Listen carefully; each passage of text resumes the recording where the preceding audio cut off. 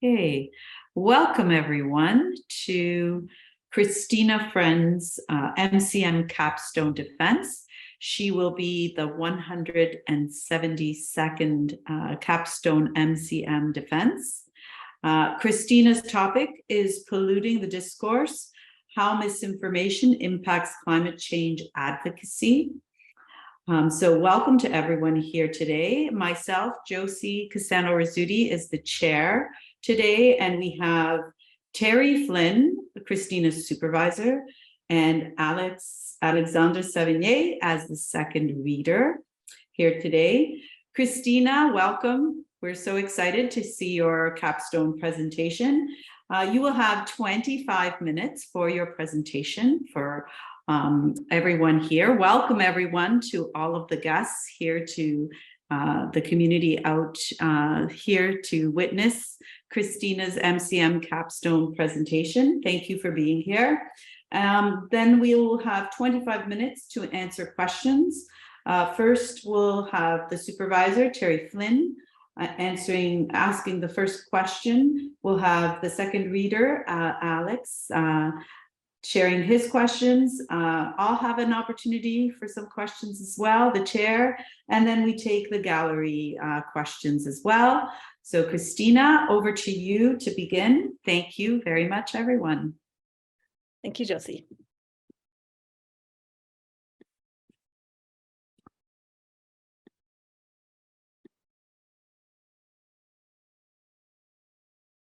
Okay, hello and welcome to my capstone presentation, Polluting the Discourse, How Misinformation Impacts Climate Change Advocacy. So here's an overview of what I'll cover in this presentation before turning it over to the panel for questions. So to get started, why did I choose this topic? Misinformation can be a business issue in a lot of industries, but it's also a societal issue, particularly when it comes to important issues like climate change and health information. So I think this is an important area for public relations to study and to find solutions. And my aim for this research was to find solutions for climate change communications, but also to create a model for tackling misinformation that can be applied to other areas. And so why focus on climate change? Well, it's inherently difficult to express the urgency of something that may seem intangible or distant, and this is complicated by interference with those who have a financial interest in keeping people ignorant of the realities of climate change. Also, the hyper-connected reality of social media has made misinformation spread faster and easier with the potential to do real-world damage. So here's a few of the highlights of what I learned in reviewing the existing literature on this topic.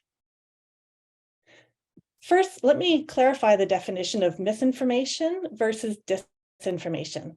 So misinformation can be defined as misleading information that is spread regardless of whether there is an intent to deceive. This is distinct from disinformation, which operates under the goal of disrupting credible information sources to strategically deceive an audience. For simplicity in this research, I used the term misinformation to refer to both definitions. People might not spread misinformation intentionally, rather they share the information without considering how accurate it is. But how does the information get out there in the first place? Likely, climate change misinformation is financed, created, and spread by a multitude of actors with a vested financial interest in the fossil fuel industry, such as the fossil fuel industry, who then amplifies it through various channels.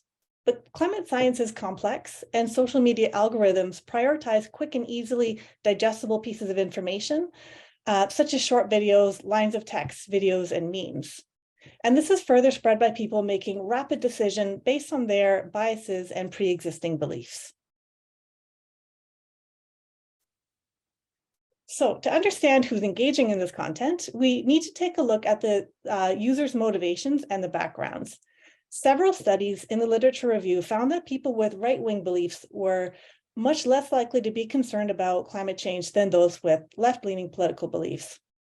Older adults, especially those over 65, were by far the most likely to spread misinformation from alternative news sources, and this might be attributed to lower digital media literacy, making them less able to distinguish between true and false information online. Despite the demographic and personal characteristics, a content analysis found a simpler reason for why misinformation was shared, and that was that people just simply believe it's true. So then I looked at some of the tactics and methods used to misinform, and these include creating provocative and emotional content, convincing users of conspiracy theories, and discrediting environmentalists. Fake experts may appear to be conveying authority on the subject without any relevant scientific background. And some of the rhetorical strategies used undermine and question the scientific consensus. They draw attention to the uncertainty, and they demand that there be a consensus before taking action.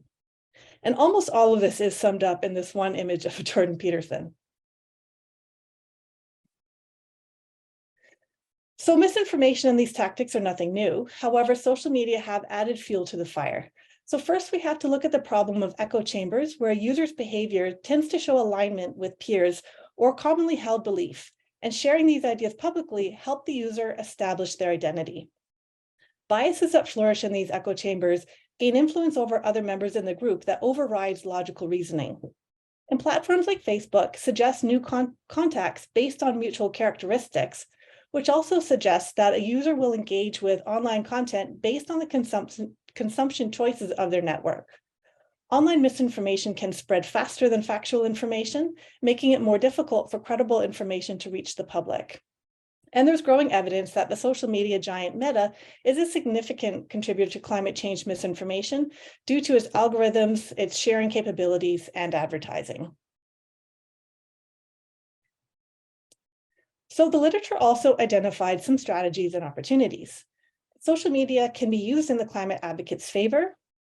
Scientific papers like academic literature find more engagement if their content's reformatted into bite-sized videos, podcasts, art, or data visualizations. There are some campaigns that encourage users to slow down and think about accuracy, which might reduce misinformation. And the literature review found that people's acceptance of science can improve when they're provided with an explanation of why climate change occurs, when they're made aware of the scientific consensus around climate change, and when the messages are aligned with their cultural identity. Climate change misinformation can also be curtailed when it's debunked before it's even encountered through a technique known as inoculation. So the purpose of this capstone paper was to consider the reach and influence of social media communication, along with the complicated and contentious issue of climate change advocacy. The study investigated how and to what extent online misinformation affects climate change advocacy and why climate change is a difficult topic to communicate. And it identified strategies that organizations can use to reach and influence critical audiences. So the research questions I looked at were designed to gain a better understanding of the social and environmental factors that may impact a climate change advocacy strategy. And the questions first look to examine the types of misinformation that exists, the motivations of those who spread it, and how and to what extent it influences online audiences. It then aims to improve the understanding of other hindrances to climate change communications and strategies to overcome them. So qualitative data was collected through a series of in-depth interviews with public relations professionals and climate change advocates. And for the content analysis, I looked at which online platform shares the most misinformation, what type of misinformation is most likely to spread, and if there's a relationship between the platform and the type of misinformation shared. So we'll start with the content analysis. I used 50 social media posts containing climate change misinformation using hashtags like climate scam or climate hoax. I categorized these bits of information into the categories identified,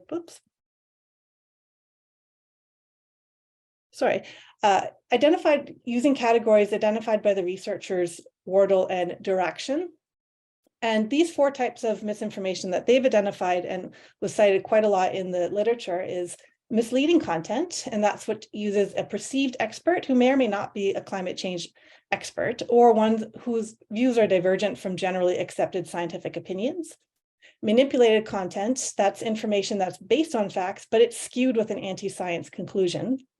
Fabricated content is not based on anything factual. It's generally a conspiratorial view of climate change. And false context of connection, this is based on factual information, but it's lacking important context. So the final step was sorting them, was to identify the type of platform that was used to create the communication. And based on the sample, the information was found on 3 platform types: news media, blogs, and videos. So first on Facebook, you can see the biggest source of information was found on Facebook, and it was through misleading videos by a large margin. On Twitter, we found news sites sharing false content, followed by fabricated content was the most prevalent. And combining the 2 platforms together, we can see that misleading videos is by far the biggest source of climate misinformation, with false and fabricated news also representing a large portion. Next, I looked at the Evergreen score. So this is a score that was developed by the platform BuzzSumo, which looks more at the engagement. So how many shares, how many likes, etc. And this found that fabricated reports through alternative news sources like InfoWars are getting high levels of engagement by looking at their likes and shares. Finally, I applied a chi-test to the content to see if there's a correlation between the type of misinformation shared and the platform where it is shared. So for the post with the highest number of shares, the results showed there's no correlation between the type of platform and misinformation. However, looking at the Evergreen score, it did show that there was a significant degree of dependency between the type of misinformation and where the platform where it is shared. So here's what I took away from this content analysis. One is that social media companies really do need to step up and take some social responsibility for what they're putting out there. And there are some great recommendations in a report called Stop Funding Heat that particularly looks at ways Facebook can reduce misinformation. For the communicator, monitoring the type of misinformation that's shared can help if you want to develop those inoculating messages to pre-bunk misinformation before it's encountered. And also we can see that the connection between the platform and misinformation types are higher with the higher Evergreen score, which shows that those making that content might understand their audience and their engagement a little bit better than the blogs. So moving on to the in-depth interview, we'll take a look at what the 12 interview participants had to say.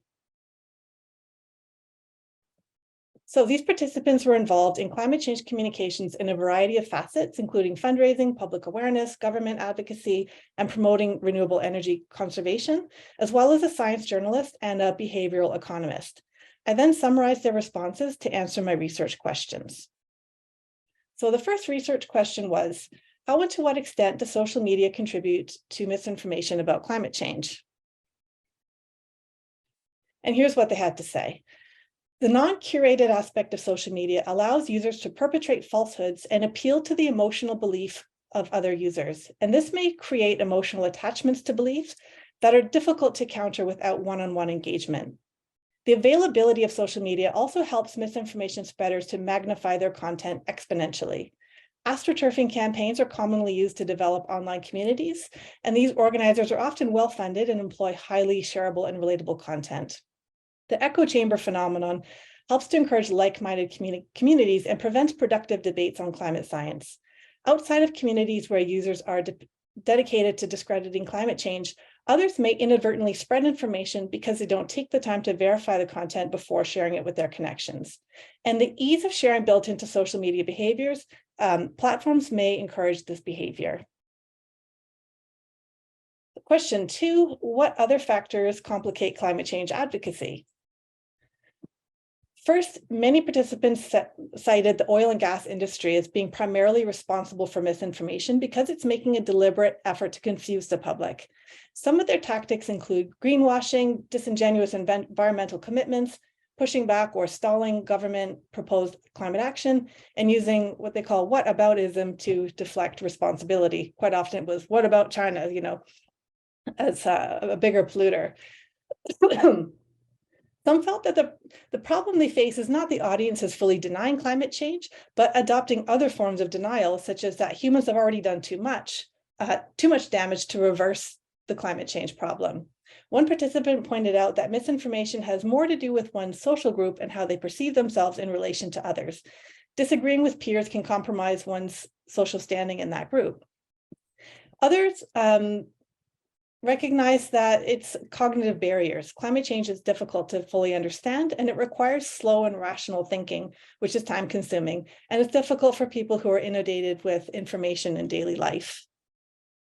And finally, question 3, to what extent can communications professionals help disseminate credible climate change communication? Most of the participants use some form of online or social media to share new research and reports to keep their supporters engaged. Some also ensure that social media posts are shareable and facilitate their supporters' ability to take on an ambassador role, disseminating that message for them to increase their reach. Traditional media relations is used by most participants regularly to reach new audiences and establish credibility. One ensures that their reports always have a media hook to increase that ability to get coverage. Another pointed out that when you're working with non-specialist reporters, they might need a lot of background information and some coaching to ensure that they cover the story accurately.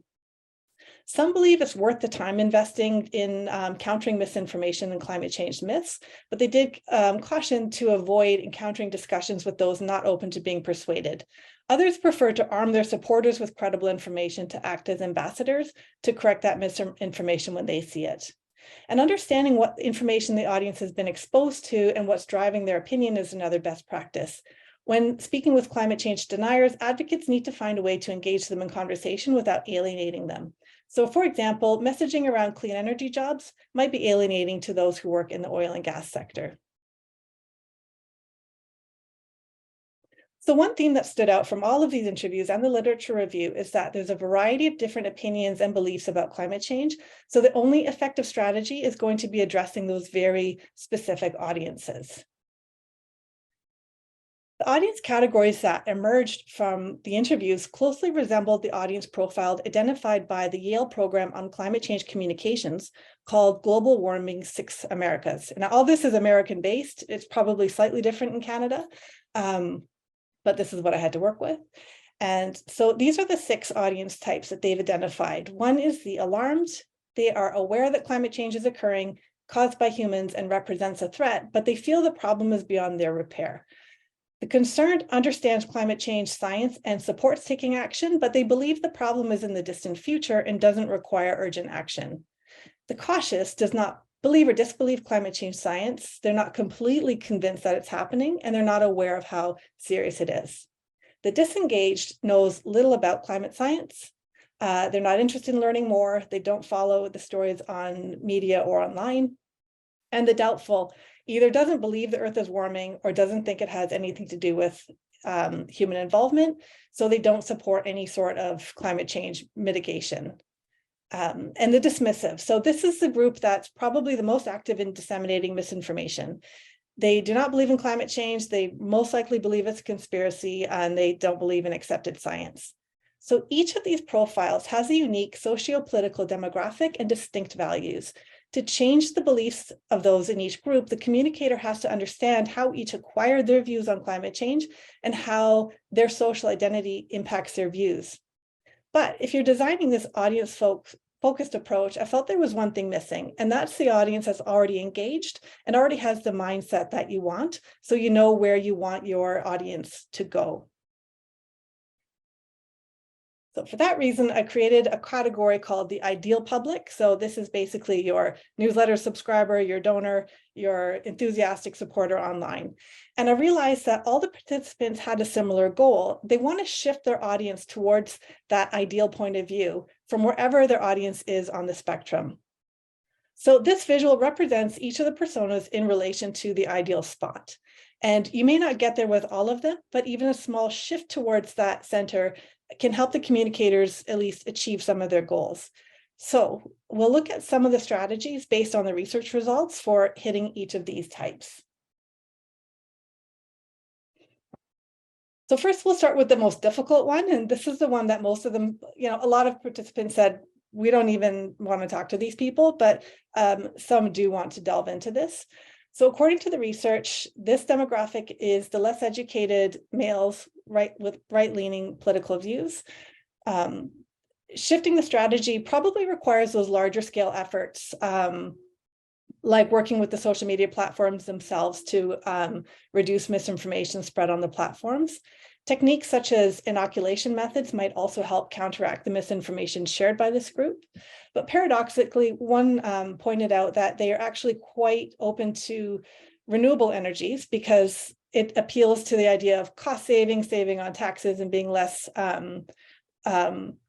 reliant on energy. So in a way, they said, you can actually get a good result by convincing people to shift to non-fuel sources, so that you maybe not changing their mind, but you can change their behavior. Next is the doubtful strategy. So individuals in this group, they have deeply rooted anti-science belief that are reinforced by their social group, and therefore communications from authoritative sources might be distrusted. And the best thing to do is to facilitate offline discussions. Working with influencers from that social group may be a little bit more effective in reaching those in the doubtful category.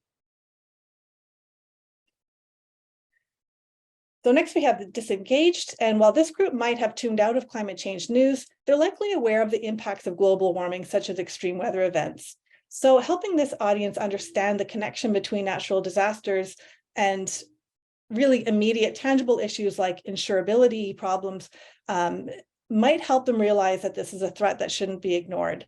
They might also be responsive to messaging with emotional impact, but you have to be careful not to be overly complicated or dour, because that will risk further disengaging this group.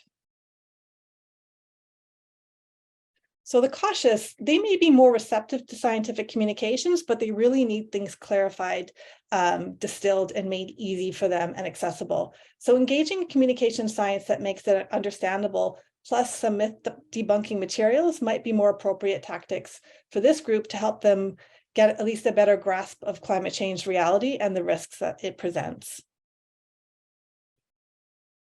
Then we have the concerned, that they need more clear messaging to show exactly what action they can take. You need to take abstract concepts and translate them into actual consequences, such as natural catastrophes, which may also help make the risk appear more real.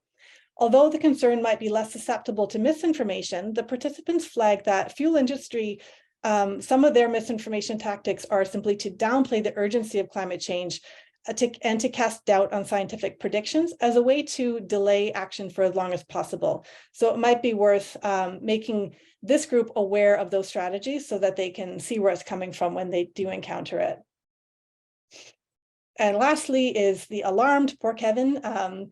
So this is the person that really thinks that, yeah, we get it, but it's all too late. What's the point? The communications advocates need to let them know that they can have some meaningful impacts, and show how small contributions can build up over time. And also to be transparent about what needs to change to meet these larger scale goals. So really an action-oriented and honest approach, but without furthering this person's anxiety. So it's actually quite the opposite of the strategies from some of the less engaged groups. And finally, for your ideal audience, a lot of the interview participants sort of conceded that this is where they spend most of their time, the group that they engage with the most, and they didn't know if it was really worth it, but you can really leverage this audience. So the communications effort should be aimed at helping them share advocacy messages on their own and providing them with the guidance and tools to reach out to their network who's maybe less engaged and get them a bit more connected. So to sum up, the study looked at the joint issues of climate change and misinformation, which are further exacerbated through online communications. And this is something that should concern us all as residents of the Earth. But what about for professionals who don't work in climate change advocacy? So what's in it for everybody else? I would suggest, based on my research, that misinformation should be a component of your environmental scans during a strategic planning session. And if you see a threat emerging, using a misinformation framework can help you manage the issue. So I came up with a generic miscommunication model, which uses a similar process as the one I just walked through. And the research has shown that this may be beneficial in other areas. So the first step would be identify the origins of misinformation, including the actors that are creating and disseminating it and what their motives are. Then identify the audiences with whom this misinformation would most likely resonate and why. And then, as I've done earlier, place your audience along a spectrum to identify what your ideal position is and where this likely audience sits along that spectrum.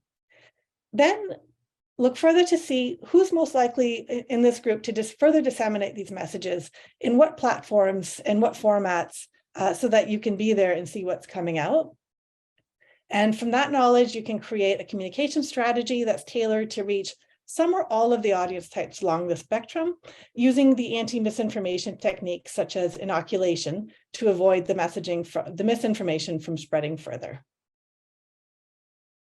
And lastly, I'd like to close on an optimistic note with this quote that I found from George Marshall, who specializes in climate change communications. I think this is a really good reminder for all communications campaigns to look for cooperation and mutual interest and goals as much as possible in our work to achieve meaningful results.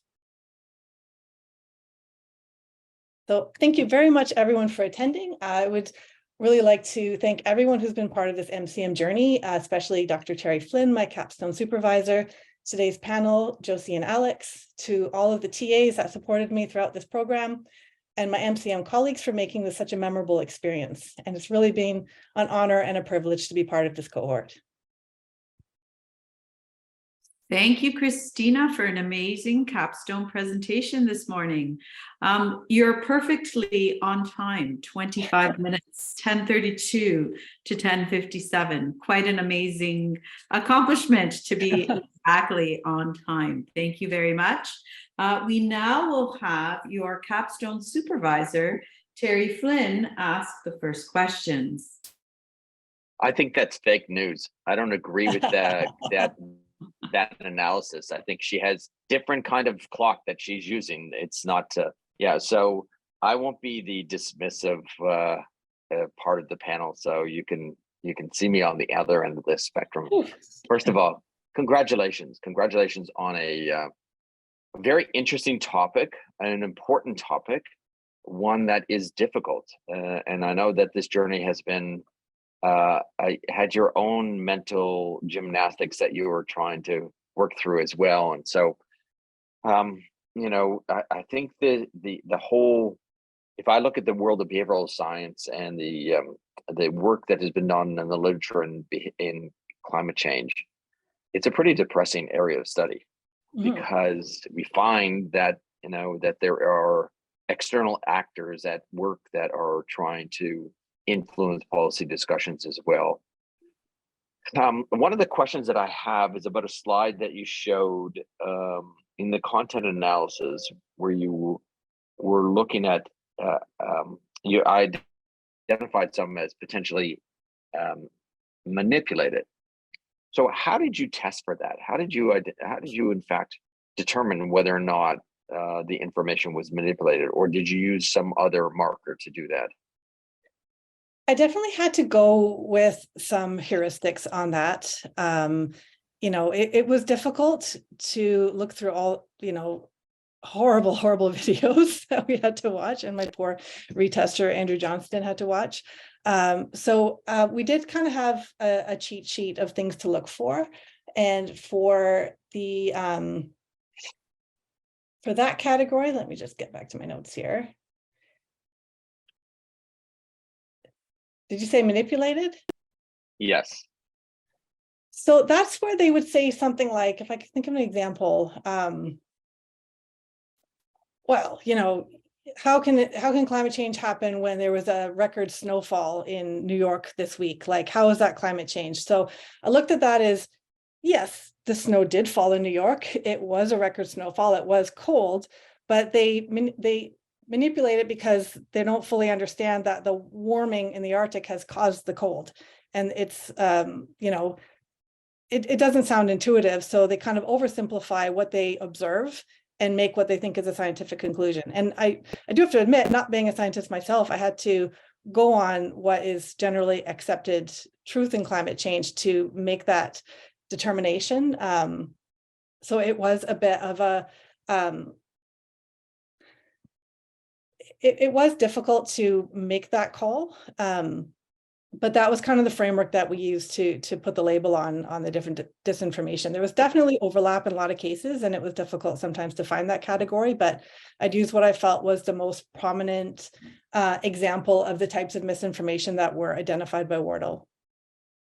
Okay.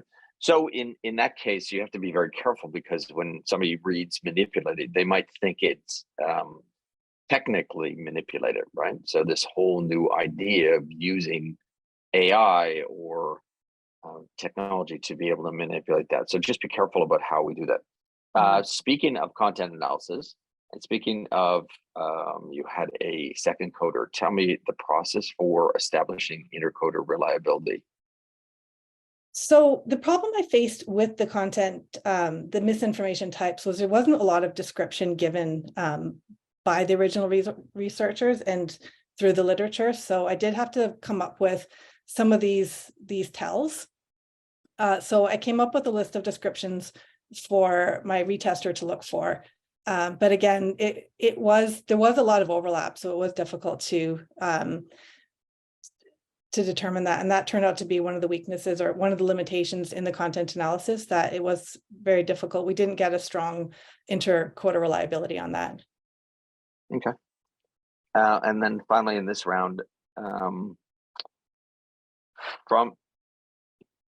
from your analysis, where do you think instead of creating your ideal audience, which would be wonderful, we could do that. From those groups of that 6 America, what is the most likely group to move to more positive climate action, if you focused on the kinds of communications that you spoke about?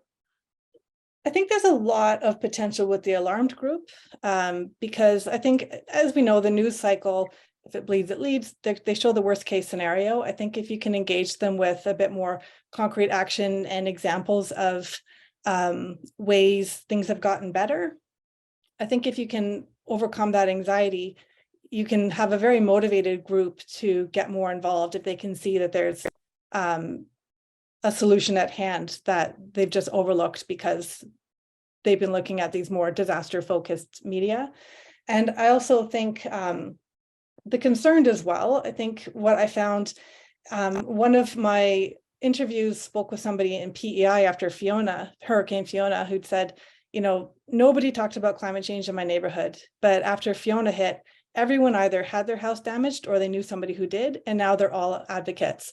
So they weren't exactly ignoring the science, they just didn't realize it was going to come to them all of a sudden one day in September. And when it did, unfortunately, it did make it very real for people. So and it's tricky because you don't want to use a disaster as an opportunistic way, but given the right sensitivity, you can show people that this destruction that you face, like, this is why it happened and we can stop this. So I think people who can be open to that reality, hopefully without having to live it in a really bad way.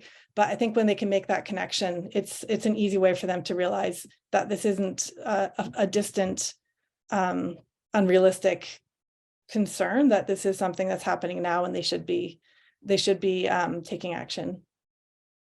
Great, thank you very much. I'll pass it over to Alex. Thanks, Terry. Congratulations on a great study, Christina. It was a real pleasure to read. It was well structured and it was thoughtfully put together. So I thought I'd preface by saying that. It's such a challenging topic, right? Because it's seems to be something that one finds on both ends of the political spectrum. I mean, it depends on the issue. So climate change is definitely an issue in which right of center people tend to be susceptible to misinformation, but there are other topics where left of center people are equally susceptible, right? Mm-hmm. it's the misinformation itself and its mechanisms that are the real challenge. So I have an interesting question about that, but first, just a quick methodological question. So maybe you could explain for folks what the evergreen score in BuzzSumo is, and why you think it had it seemed to have a little bit more significance than others. Sure. So the first numbers were just showing the raw number of information shared. The evergreen score talks more about engagement. So it's the reach, the shares, the likes. It's showing that people are actually, anyone can put out a blog. You don't know if anyone reads it. So the evergreen score is showing what is actually resonating with people and what's actually maybe changing minds. So this seems to be just developed by BuzzSumo, at least the term. I haven't seen it elsewhere. But and I did find it interesting, and statistics is not my strength, but when I applied the Chi test and noticed quite a vast difference between the two, I thought, okay, anyone can put out information, and maybe they're not giving a lot of thought to their audience. So my thinking is the higher evergreen score correlation with the platform might show that people who are behind the sites like InfoWars are maybe doing a bit more audience analysis, and they're aware of what's going to resonate. So they're strategically putting information out on different formats and different platforms in a way that resonates. That was my guess. Caveat being the very small sample and the low inter-quota reliability. I think that would be something with some resources would be an interesting thing to look into a little further to see if there's any replicability of that. Yeah, I mean, if nothing else, it's an interesting validation of BuzzSumo's evergreen score concept, right? Which they it is unique to them. It's their own creation, right? And I've often wondered about just how much validity it has. And it was interesting to see your data validate it, right? So that's a pretty interesting result in and of itself, even though you point out some limitations in how you got there, but nonetheless, right? So I thought that was a really interesting and kind of cool data point that you had in this paper. The other piece I had is those American examples are, because of the lack of Canadian data, and the lack of actually not so much lack of Canadian data, lack of Canadian analysis of data, because we actually have lots of data, we just don't analyze it. We often have to use American categories, and American research as our base system. And you have those 6 profiles of personas of folks to convince. How do you think, or as you were going through this, and given your practice as a professional communicator for a long time, and also just your readings, how do you think they map onto the Canadian? How would they be different in Canada, or would they? The interesting question, because that's definitely something I was thinking of a lot. The farthest extreme being the dismissive, who's essentially your conspiracy theorist. They only represented 9% of the American population, which I thought was surprisingly low. I thought it would have been higher. My guess is it would be lower in Canada. I think in general, we're a little softer in our beliefs. I don't think we reach the extremes Americans do. I think we generally are a lot more politically centered. It may not always seem that way when we look at our own elections, but I think comparatively, we don't have as big a span in political or really any beliefs. I think we're a little bit more centered. So I would think there definitely is that type, but if it's 9% in the US, I'd imagine it would be significantly smaller.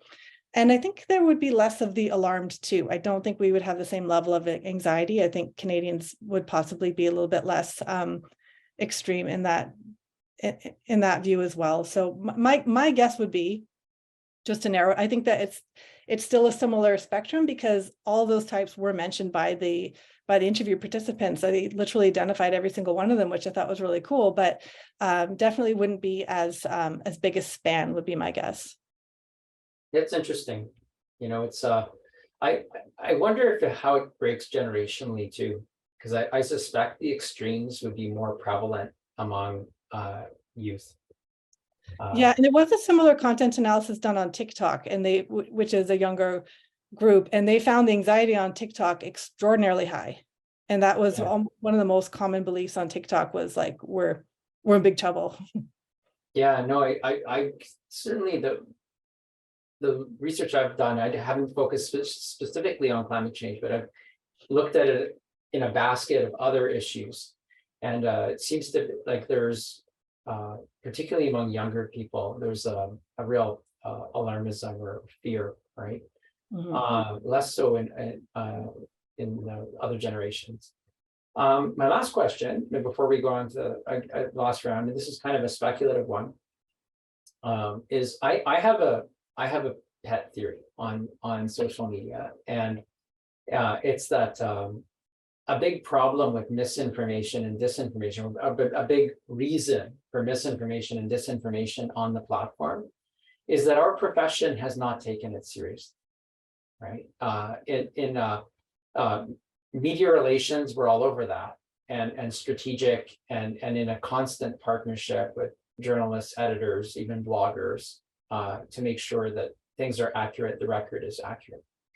But somehow social media always got relegated to the junior person in the room, right? And as such, there was very little editorial voice, is my theory. And I just wondered if you, from a speculative perspective, what you think about that. Definitely social media. I mean, if you remember, I think 10 years ago, we called it new media until that became not so new. It still is very novel. And I don't think that it's really been grasped as a platform for all of its capabilities. And I think in 50 years, we're going to look back and look at it like maybe the financial markets in the 1920s, when you see how little regulation there is. Because in the reading I did, that was out of scope for this, but it's so disruptive what happens when disinformation is allowed to run amok on social media. I mean, it's caused riots, it's overthrown governments in South America. Like it's unbelievable that we're kind of washing our hands saying, well, that's just what the algorithm does.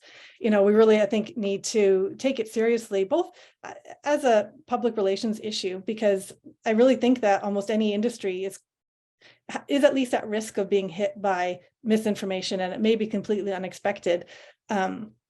Like cities that are working on the 15-minute city concept, all of a sudden this blew up as a conspiracy theory. I don't know if they could have seen that coming. So I think that as a public relations issue, we need to definitely look at it as an emerging threat. But I also think as a large society, we need to look at what the responsibility is of these platforms that are earning billions of dollars by allowing whatever sort of content is out there to flow and spread and really change people's behaviors in the real world. Yeah, interesting. I have more to say on that one, but I'll stop for now. That could be another paper for sure. Thank you, Alex and Thierry, for some really great questions and helping us gain more insights into Christina's interesting and impactful study. Christina, I'm just going to add a few additional questions, and I really like that you gave the difference between misinformation, disinformation at the beginning of your study. But I guess, again, on methods, why did you choose, I know in the presentation you shared that you picked Facebook and Twitter. Just wondering why those platforms were chosen to study or to present here today, if there were others. Those were the two. The only database I had access to was BuzzSumo, and those were the two that had the most engagement. There were other ones I could have looked at. I found that I definitely wanted to look at Facebook because it was cited in the literature a lot as being the worst for misinformation. So I thought I really need to see what's going on Facebook. And Twitter, I found it just has it has a bit more of a wide demographic. I think if I looked at LinkedIn or TikTok, I'd be getting a smaller demographic. So I thought I'd get a little bit more of a wider population through those two. Thank you. That helps me understand why you picked the two.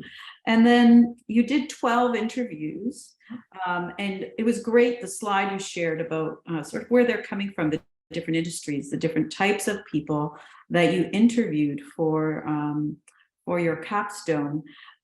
Can you share a little bit more about the demographics of the 12 interviewees? Sure. Age-wise, there were a few that they were all senior in their field, but some of the nonprofits they were managers, but they were probably in their 30s or even late 20s. So the Sierra Club was quite young. And quite a few that led the bigger NGOs would have been older, but and a few were in the VP level of their profession. I'm not quite sure other demographic info about them, to be honest. How about gender? Anything on gender you can share? I wish I had more women. Unfortunately, only 2 were women. Okay. It wasn't for lack of trying, just the scheduling didn't work out. So unfortunately, it was very male. So out of 12, you had 10 who were male and 2 females. 2 were women, correct. Thank you. That is it from your supervisor, from the second reader, and now from myself. I'm opening questions up to the gallery for Christina. Any questions? And you can just put your hand up, or no further questions? All right, so we move on to the next part of the capstone. Terry, you can move the gallery into breakout rooms and stop recording. And the committee will now take some time to grade the capstone presentation today.